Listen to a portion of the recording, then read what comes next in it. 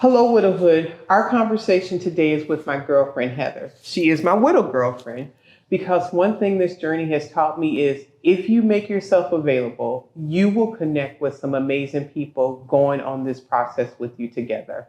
So let's get into this conversation now with Heather. Many people talk about the ups and downs of married life, but no one really prepares you for life after your spouse passes away.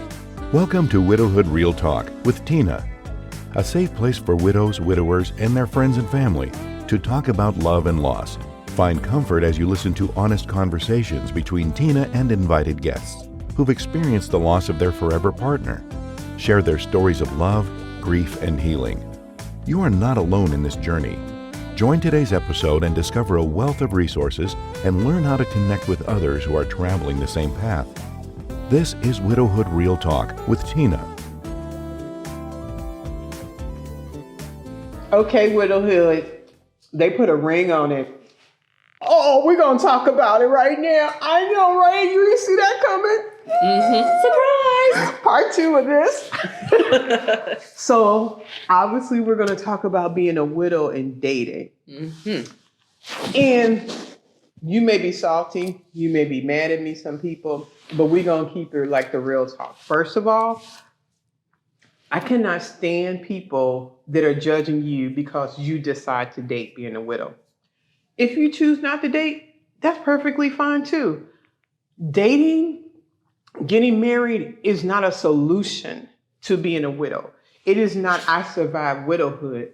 It's just a path that you chose to take because you felt like you had more love to give. You wanted to be remarried. Also, I was with my husband for 32 years.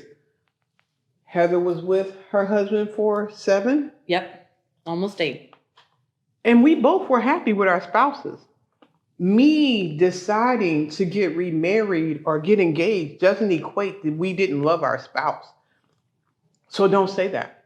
Guilt trip us and say, well, I guess you weren't happy. We were.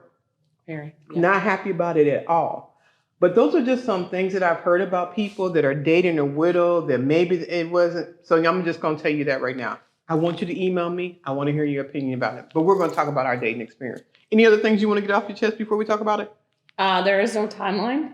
Whenever you feel like you're ready, go for it. I don't think there's any certain, it has to be a year. It has to be, when you're ready, you're ready. Okay, so you can be salty. Let me know about it, but that's what I'm going to say. Alrighty, so when I thought about dating, I was like, Tina, you're a whole 50 plus something person. Okay. Like with grown kids and like, how is this going to work? Like, what are Catherine and Alex going to say? And I could not even think about like another man holding my hand, let alone kissing somebody or what that's going to look like. It was devastating. It was like, Mark is really dead. Like he whole dead, that I'm about to be out here. Like, I was like, I did till death do you part. Yep. I'm out here on a second go around. Now, interesting enough, my dad's mom had been married multiple times. So I knew it was capacity in my bloodline to do this. So the first way for me to do it, I started dating online because I didn't know if I could like, how that was going to work. I don't know. How was your thoughts of like initial thinking of dating? Dating online. I think in this day and age, I mean, back in the day, you could, I guess, meet at a bar. Right. Maybe at a dance club or something. Oh, library, grocery store. Right. Yeah. But things have kind of changed. And so, yeah, I did the dating apps. And how was that? Oh, man. That was Ratchet. Not fun. Not fun at all. Like the amount of people you meet and... Okay, I want to hear some of the bad dating experiences. Oh, goodness. Well, a couple still lived with their parents. Mind you, I'm 40 now. Okay. So... Grown. You don't need to be 40 living with your parents. If you do, that's your choice, but just you can't date us. And there are certain situations where it's a bounce back or different stuff, but you're talking about like they up in there and they even trying. Not looking to find anywhere else to live, but looking to get married or date again. Like you a purse. You need to get yourself right first. Gosh, what else was there? I did wind up talking to a widow. Ooh. which was interesting. And I really thought, oh, maybe this will be a We'll connection. click. Yes, 'Cause he'll he did it. understand. I understand. And man, that backfired. Like I don't think he was ready to be out there. And it sounded like his late wife had said he couldn't get remarried. Okay, so you bring up a couple of good points. Being ready to be out there.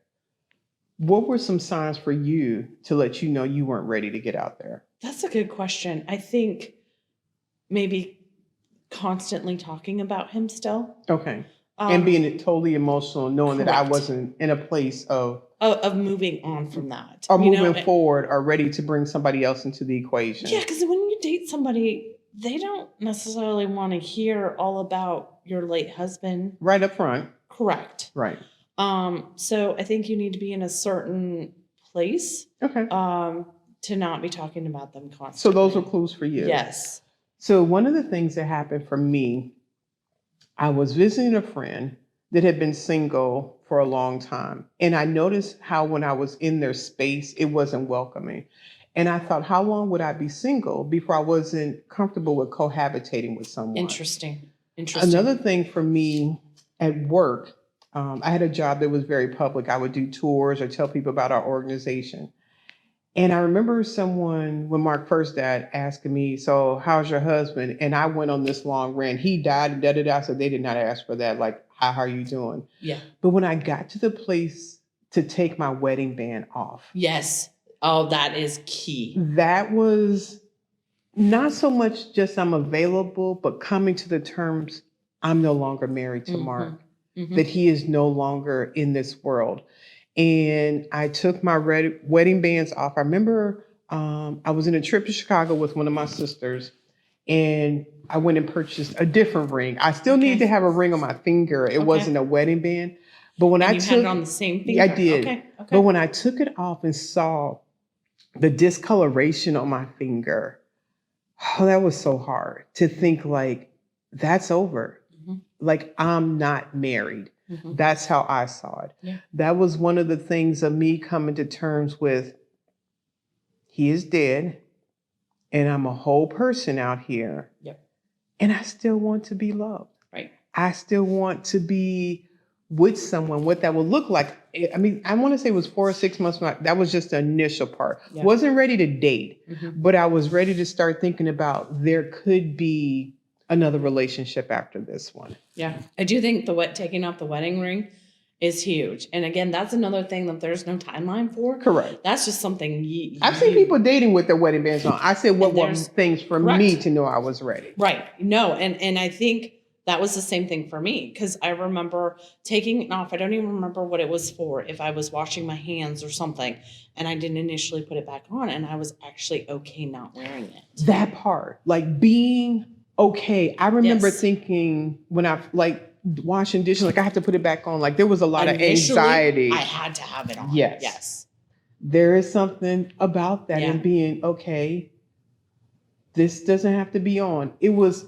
I saw it and came to terms with it, but it was no longer creating me stress. Correct. That was or giving me comfort or whatever it was providing for me. Like I was okay with not having it on.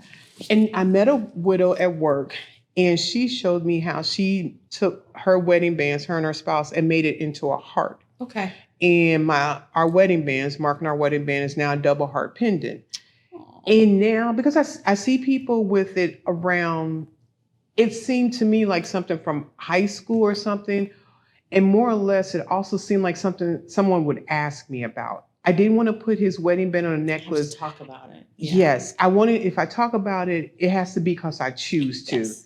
So if you see the double heart necklace, I may talk about it or I may not, but the choice is mine. And if I put his wedding band on the necklace, it made me uncomfortable, it made me stressful. Yeah, absolutely. Another thing that was helpful for me to feel like when I was ready is this is a gift that Mark gave me.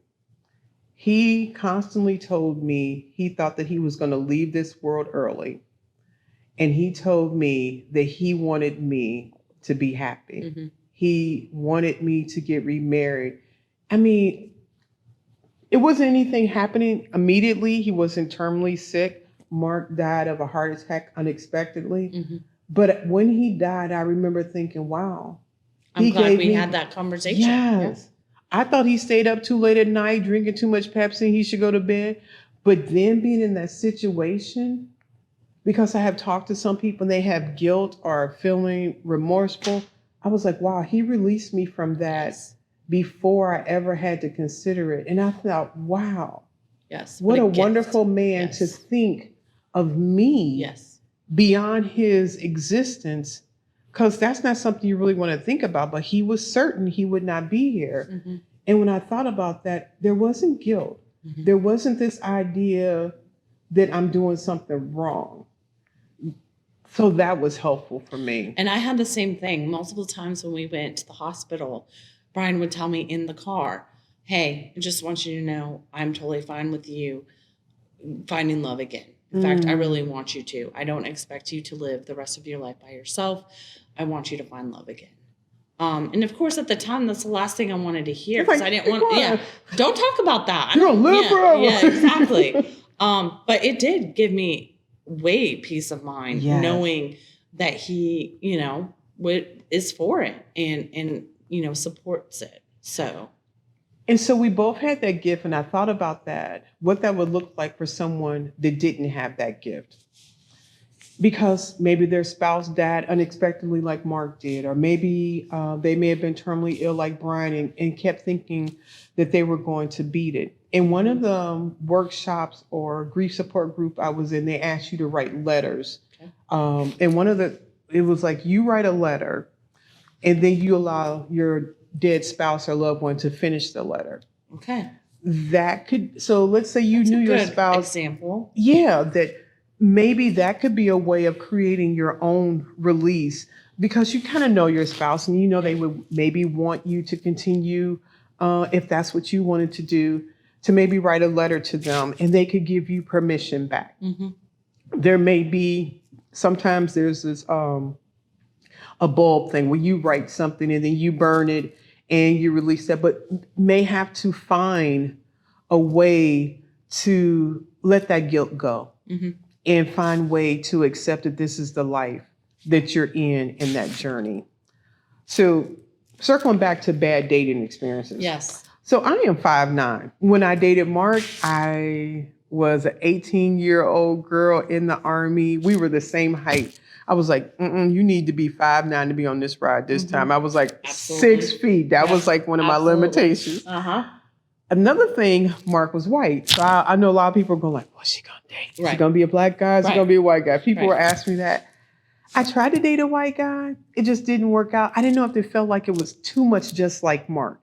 I was not intentionally, I felt like for me, I did not want to date anybody that reminded me of Mark, that was like him, because I felt like that was too much pressure to put on someone to remake him. And for the record, the podcast after this one is a conversation with my husband, Fred, and my children's godfather, Lionel, that's going to talk about dating a widow. So we're the widows. Yeah, we're the widows talking about dating in the podcast. And we have the guy's perspective too. Yes. Love it. So just so you know. Yeah. So you want to turn in for that. Stick around. Yes. So the idea of dating I was open to. And then I'm like 50. So when I was dating online, two of my sisters would be like, I would meet somebody, we talk about who I met or different stuff like that.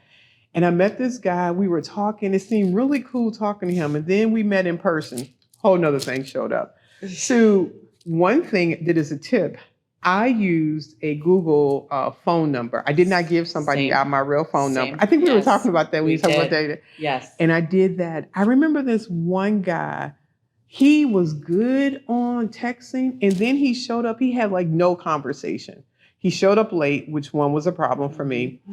And we're sitting down eating, and he ordered what looked like a child's menu to me. And I was thinking, boo, I got my own food money. I didn't need you to pay for I show up with cash and my phone and my keys, and somebody knew where I was. Right. And as we're talking, he literally says, well, I haven't seen my daughter because my daughter's mom said that I choked her. And I was thinking, where's the car? Red flag? Red flag. Doom. Yeah. I was like, but I want to enjoy this food because I picked the restaurant that I wanted to go to. Right, and had a delicious meal in Exactly. front of you. But I had my car parked real close to it. And then when we left out of the restaurant, he tried to kiss me. I gave him the church hug. I was like, oh, no, I think I shook his hand. I was like, thank you. I was thinking, thank you for the meal. I got home, I couldn't text him, this is not a connection. Yeah, this is not going to work. Second thing, I met this guy at Wendy's, and I was looking at the top of his head, and he was telling me that he was 6'1". When you're dating, you're going to need to be honest. Yes. The third thing I remember, this guy, we had been talking for like 2 days. And all of a sudden, he was asking me for money, telling me that he was in some country and he needed to get home. You better call a friend, not me. Oh, man. And I wonder if there are scam app artists out there too. For sure. So be careful of that too. Oh my gosh. So those are just some of my dating. Yeah. What anything for you? Well, it's just the widow that, I talked to for a little bit, and he kind of went a little crazy saying like his wife was not okay with him.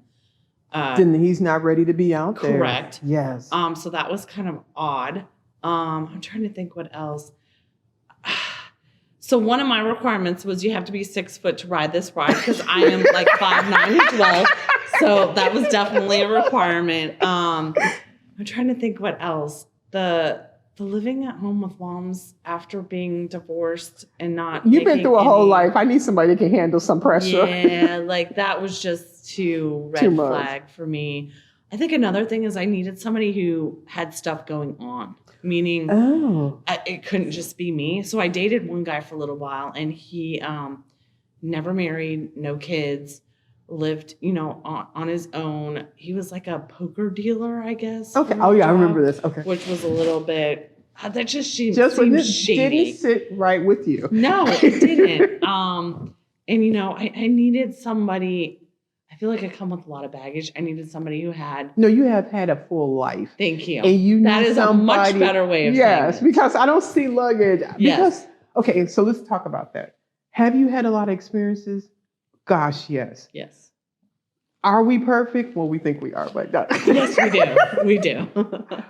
But you're managing it. You're not in denial about something. You are not looking for someone else to carry everything in life for you. But so I wouldn't say baggage like that. But you need somebody that's lived a life and understand what life looks like. And has stuff going on in their life too. Yes. I don't want to be the main focal point necessarily of life with them. Like I need them. You need to have your own life. You're just like your friends, your family. Yes, exactly. And we're accenting each other's life. I don't want to be your world and everything because that doesn't. So what were some things for you to feel like the person that you're now engaged to, what made that comfortable dating him? I think the openness and the vulnerability. Okay. I'm very straightforward, sometimes too straightforward. And I was very straightforward in dating. This is what I'm looking for, What were you looking for? I wanted a partner. I wanted to get married again, so that was a main goal. I wanted somebody who would make me a priority.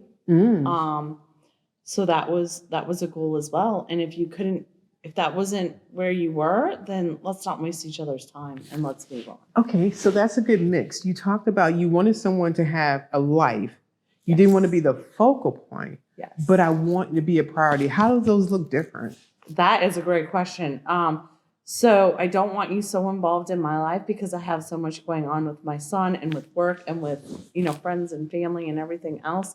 I want you to have things that you're involved with too, but I still want you to text me. I want you to want me. I want you to miss me. I want you to ask how my day was. I want you to ask how my son's doing, or check with me on how my workout was that day, or whatever. I want to be a priority in your life, but I still want you to have things going on at the same time.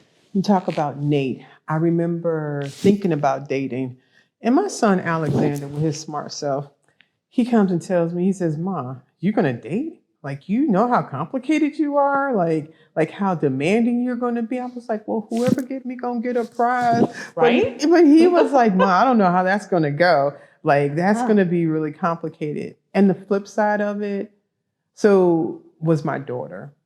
She was a daddy's girl. And she has never faulted me for dating or getting married, but it was another sense of the reality that her dad is gone. Yeah. And that is so hard, navigating this child, this person you love, as you're navigating your life.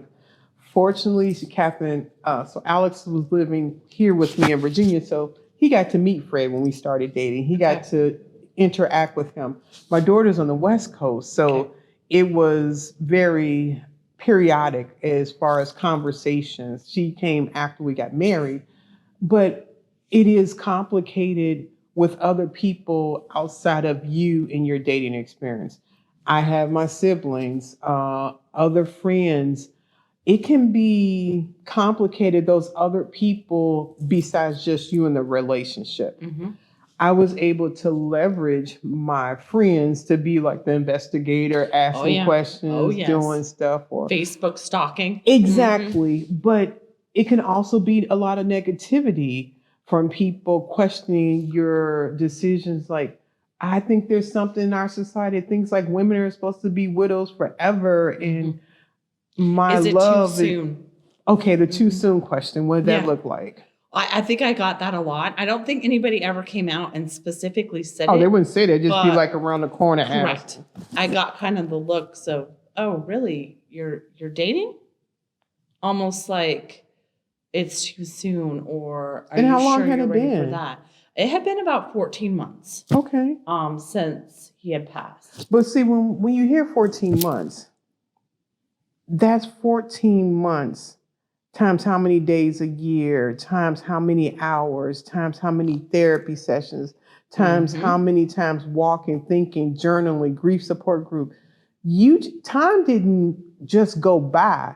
Right. You were working on Heather. Right. Putting in the effort. Yes. Dealing with the grief, reading the books, dealing with the emotions and everything. Leaning into a very tough process. So you weren't getting married just to fill a space, or to replace Bryan, or just to do that. Not. Yeah. But do you think people think about that's what they're thinking when? I think that's a big part. And I also think a big part, at least in my situation, is finding a father for Nate. Oh, you weren't trying to find a father for Nate? People think that, oh, well, single motherhood is tough, so you need to hurry up and get a partner so you don't have to do this alone. No, I can do this alone. I've done it alone.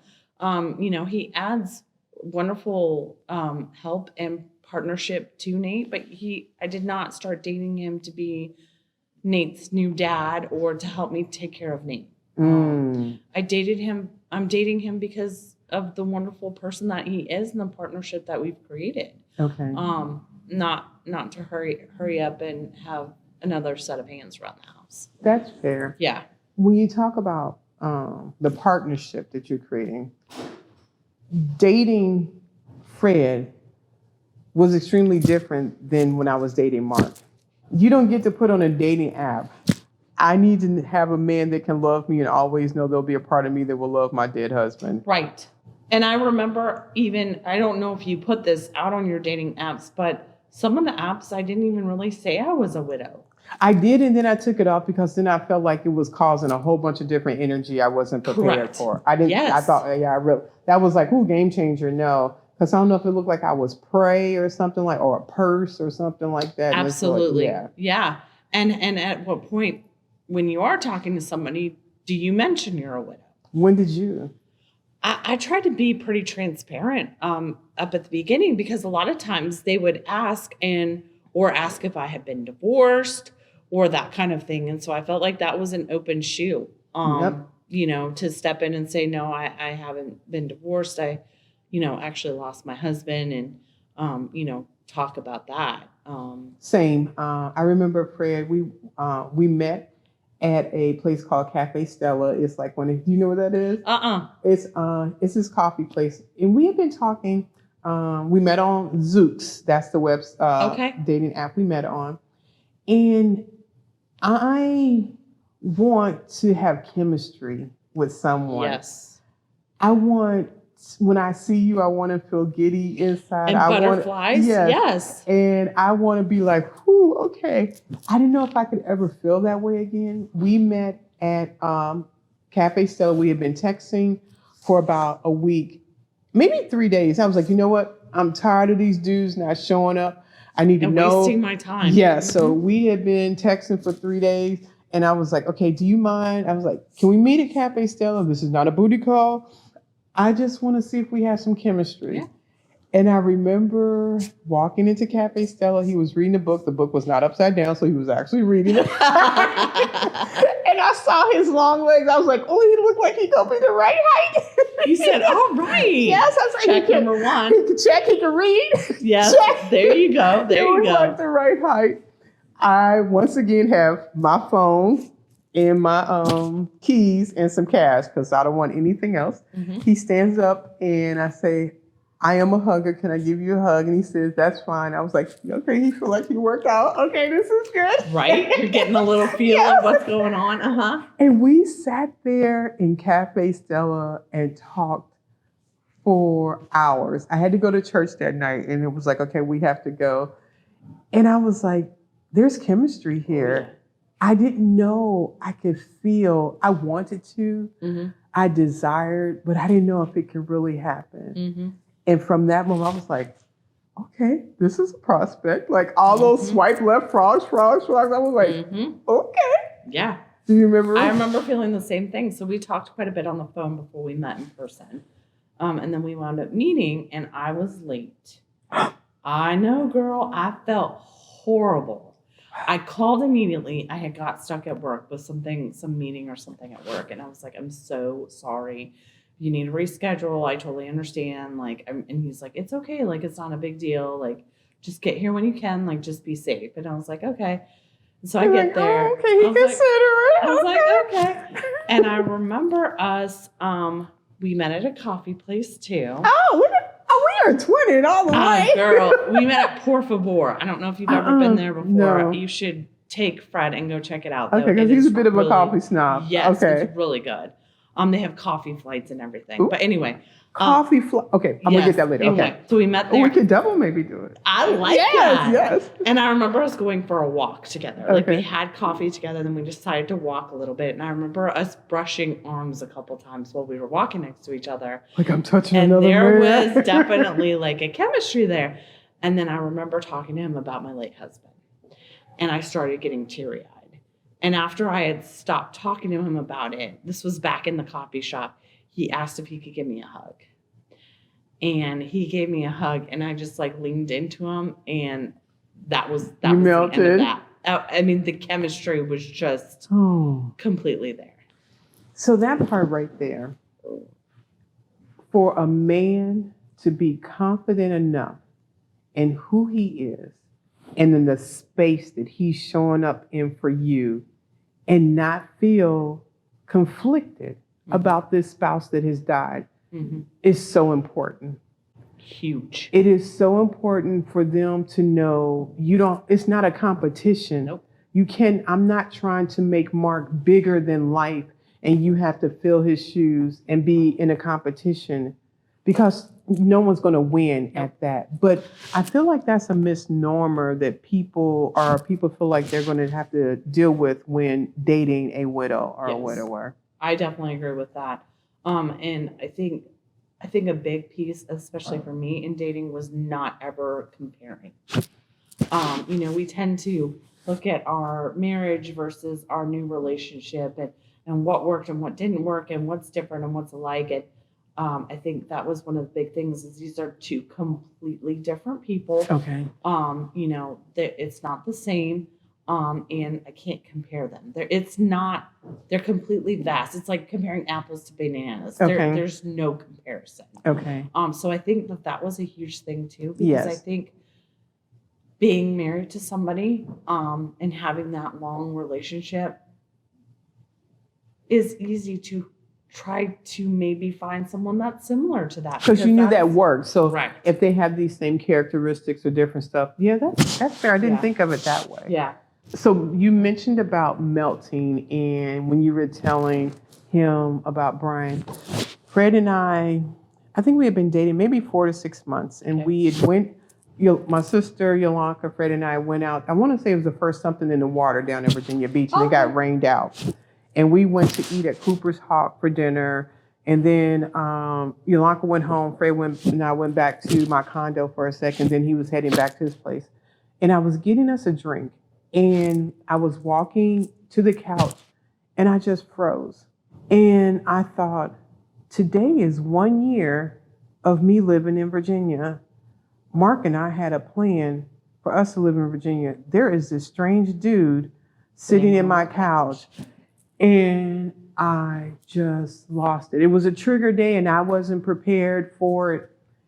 And he looked at me, and he was like, "Are you okay?" And I told him what was going on, and he first came and took the glasses out of my head and put them on the counter because those could have broken. Yes. Yeah, smart. And he said, "What's wrong?" And I told him what was going on, and he said, "What can I do? Do you want me to stay? Do you want me to leave? Do you want me to hug you? What do you want me to do?" And he said, "You always get to feel however you want to feel about Mark because you had a husband you loved. And I just want to know how I can be there and support you." Wow. Girl. Now, we had not gotten way close yet, but he almost got some draws that day. I was just gonna say. Okay. I was like, "Okay, girl." Cross those legs. Yes. Okay, we're on a mission here. Yes. But I knew he got me. Yes. I knew he understood. And like you said, he had enough life experience. Unfortunately, had a failed marriage, had been divorced. He had children.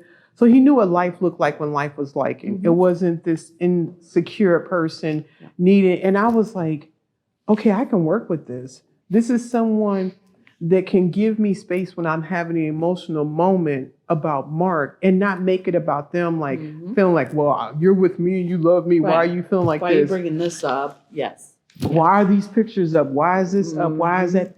None of that. Yep.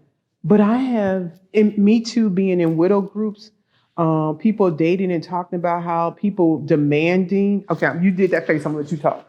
Well, I have heard that too. And that was one of my fears of demanding that I can't have pictures of my late husband up, or, I can't talk about him or all of these things. And it's like, I don't want to be with somebody like that. And it's interesting because I feel like, so the guy I'm engaged to, his name is Bryan as well.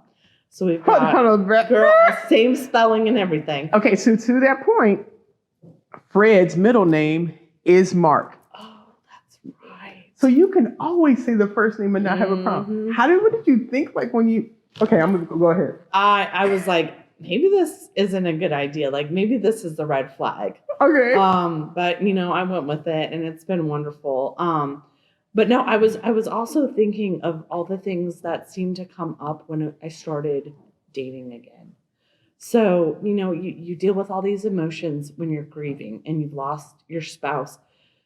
But because you're not in a serious relationship, I think some of those emotions are maybe buried. Oh, latent, sort of like, okay. Correct. So some things you don't deal with until you're dating. They've never, ever came up and That's exactly what happened to me. I don't know if that happened to you. No. Yeah, go ahead. But we started dating and more of these emotions of being close to somebody, of fear of losing somebody again, not thinking I can handle that again. All of those things came back up, and, other emotions, very, just fear of losing him, fear of getting close to somebody again, all of those things, and dealing with that, that I didn't foresee. There really wasn't a space for it to happen either until that relationship. Yes. That's kind of what opened that up, and working through that and having somebody who allows you to feel your feels. It's not about them. And, a lot of times my Bryan doesn't necessarily say anything when I'm having triggers. He'll just hold me or give me a hug or hold my hand and just know that that he's there. And that he's listening to me. And I think for me, I didn't have a lot of that support in friends. We didn't really talk a lot about this, but, I had some in family, but a lot of people just don't understand. They don't know how to relate. They don't know what to say. So maybe they don't say anything at all. What do you think when they're silent? It's hard to know what they think when they're silent. Okay. A part of me felt maybe they didn't care. Because you're left to just make stuff up in your mind. Correct. And make assumptions. Yes. And my mind would just go to maybe some negative assumptions rather than they just didn't know what to say. Then they need to be watching the Widowhood conversation. Okay. They can hear about what to say. Yes. They need to go back to some videos. Exactly. Yes. Exactly. And get some pointers on what to say. Yes. But I didn't have a lot of people that I could be raw like that. I think a lot of people tried to fix me. Let me hurry up and make a joke to make her smile because I'm tired of watching her cry. It's uncomfortable for me to watch her cry. I want her to stop crying, so I'm going to fix it. Instead of just allowing me to just cry. If I need to cry, just let me cry. And Bryan has really allowed me to just cry. Not trying to fix it, not trying to give advice, just let me get those emotions out. My sister Yolanda, in our conversation, one of the things that she talked about is just being there and being quiet and being in the moment. Yes. Whether you're watching television or doing whatever. My sister Yolanda was living in Virginia. Well, she was living in California when Mark died. Then she moved to Virginia. And she spent a lot of time coming back and forth to visit me in Pennsylvania. So she saw the most wretchedness of this.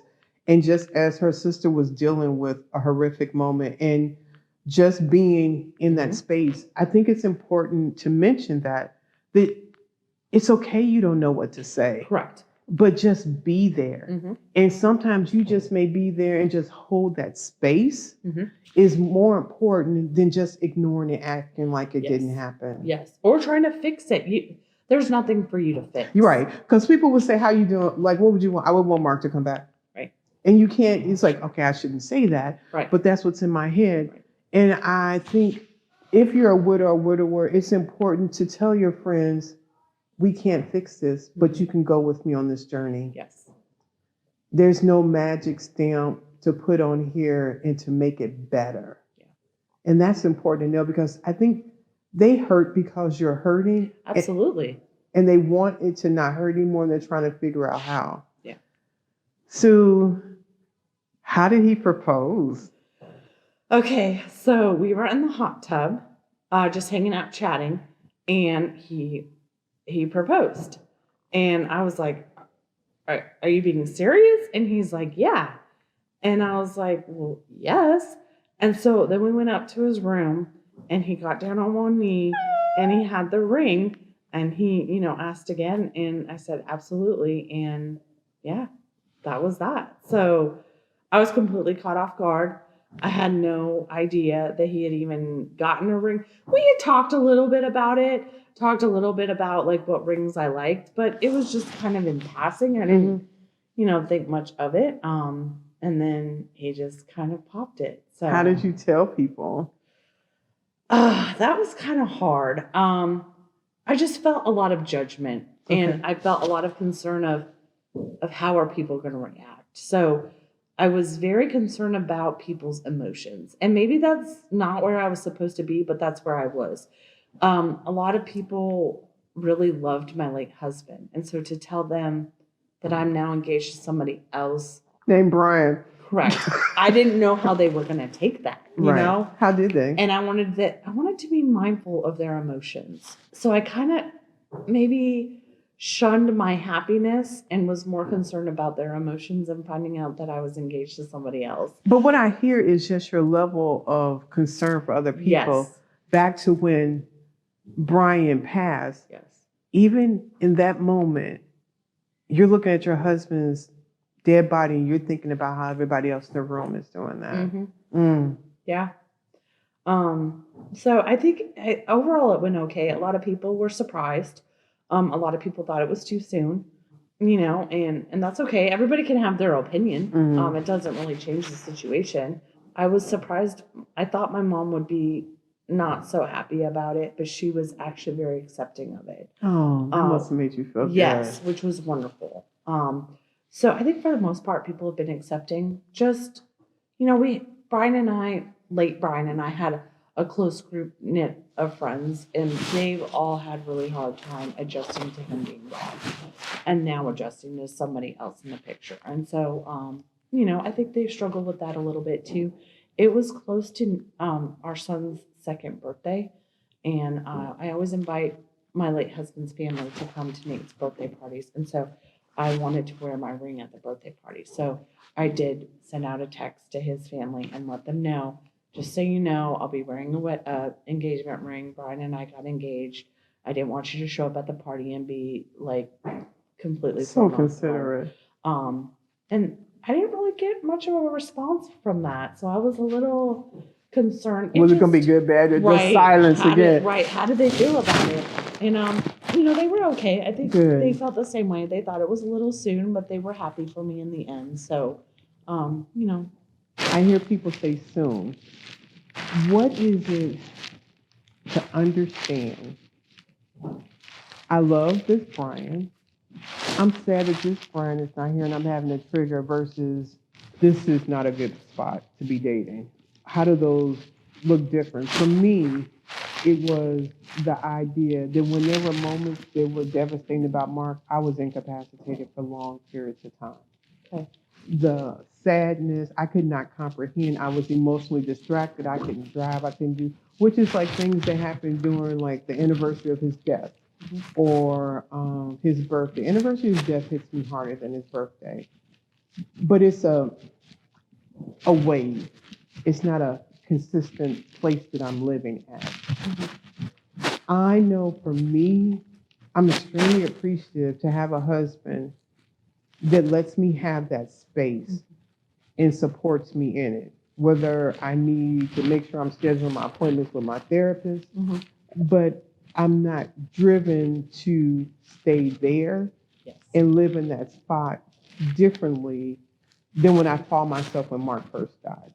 Yeah. I saw those things for me because I missing Mark in that life has changed, but there's a part that will be sad in different points of time. Right. And like you said, on anniversaries and stuff like that, it's hard on Nate's birthday to not have his father around. Right.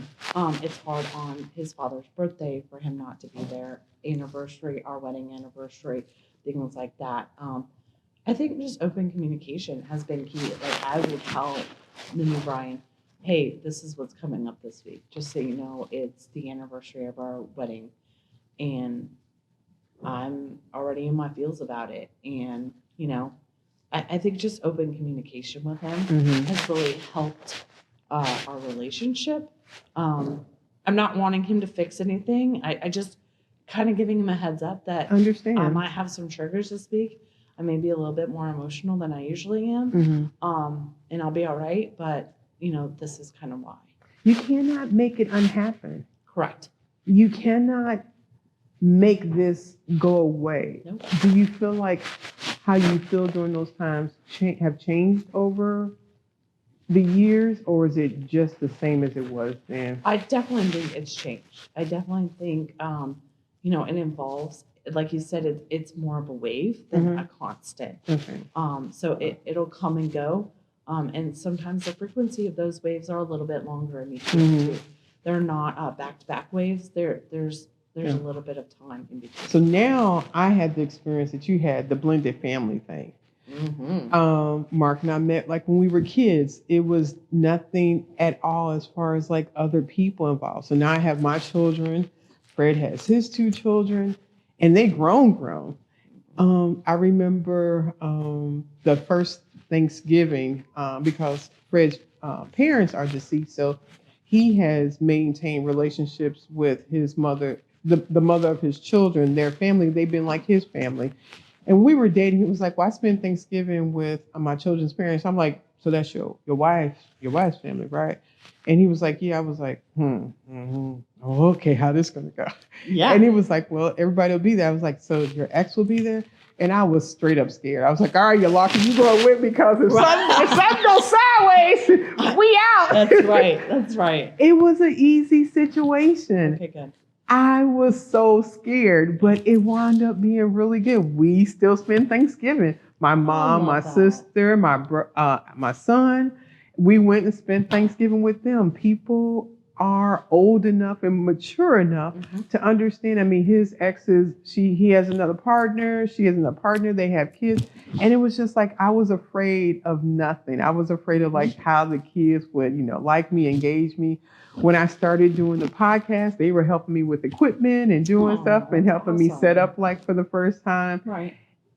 I think if we open ourselves up to the possibility, we could be surprised as far as what life has to offer us. And I think just going with the flow. I think we get in our head. Oh no, we don't do that. Girl, they're not gonna like me. This isn't gonna work. This is too hard. All those things. And instead of we just take it one day at a time, I think it winds up happening really beautifully. Like it happened for Thanksgiving. Yes. You had all these feels like, oh, I got to bring backup because something goes down. Like we got to back, that type of we got to thing. be out of here. You want protection. You want that. And in reality, you didn't need it. But, we get in our heads we do ahead of time instead of just taking one step at a time and seeing how it actually unfolds. So I know I've had like a lot of your time. The Widowhood has got a lot of Heather today. If you're a widow thinking about dating, what are some tips or some things that you thought of? Maybe it's lessons learned from your experience or some things you knew out the gate that you needed to do. I think just make sure you're really ready. I think that's an internal thing. That's something you just feel. I wouldn't be pressured by any external pressures. I think being transparent and open and honest is huge from the get-go of what you're looking for.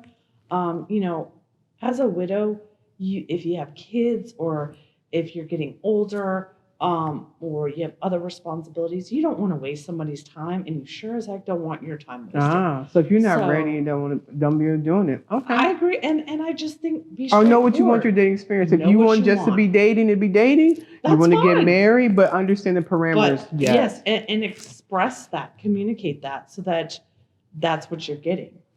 Instead of, being kind of wishy-washy or unsure of what you want and getting all sorts of crazy things going on. So I think, and I think a lot of the tips that you gave as far as bringing cash, definitely meeting in a public place, letting somebody else in your family or your friendship know where you are and when to expect you, and maybe checking in at some point during the date with them too, to make sure that they know everything's okay.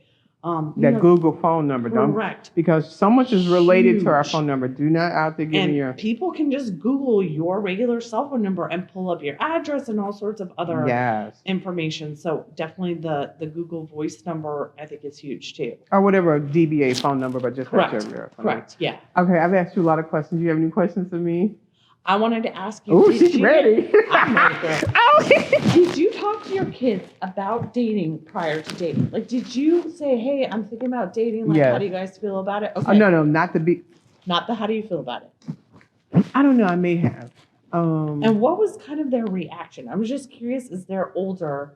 Obviously, Nate's 2, so I didn't really have to say, "Hey, Nate, I'm gonna start dating. Like, how do you feel about that? Are you okay with that? What are your thoughts on that?" Because he doesn't really understand. But your kids are older and have feels about things. So I was just curious as to what that conversation was like. Alexander was living here in Virginia with me. So I do remember telling him that I was going to start dating, and that I felt like I still had more love to give, and I wanted to be married. I wanted to be happy. And he showed up and said, "Mom, that's fair. I mean, you have the right to want to be happy." He doesn't like that his dad is dead. Absolutely. And what that looks like, but there wasn't a guilt trip situation. Catherine, it just became her dad is dead. And what does that look like? Yeah. And Mark was a good guy. I mean, he was a good husband. He was a good father. The void of his existence is huge. And I made it clear to both of them, like you were saying, I'm not getting married to find somebody to be a place of your father. No. And when we had that conversation, I was like, the only replacement per se you would have of your father would be your godfather that your dad and I selected together. And I was thinking, good gosh, I'm so glad that we identified godparents for them, because It's like engage because it's here. So the talking about dating wasn't hard.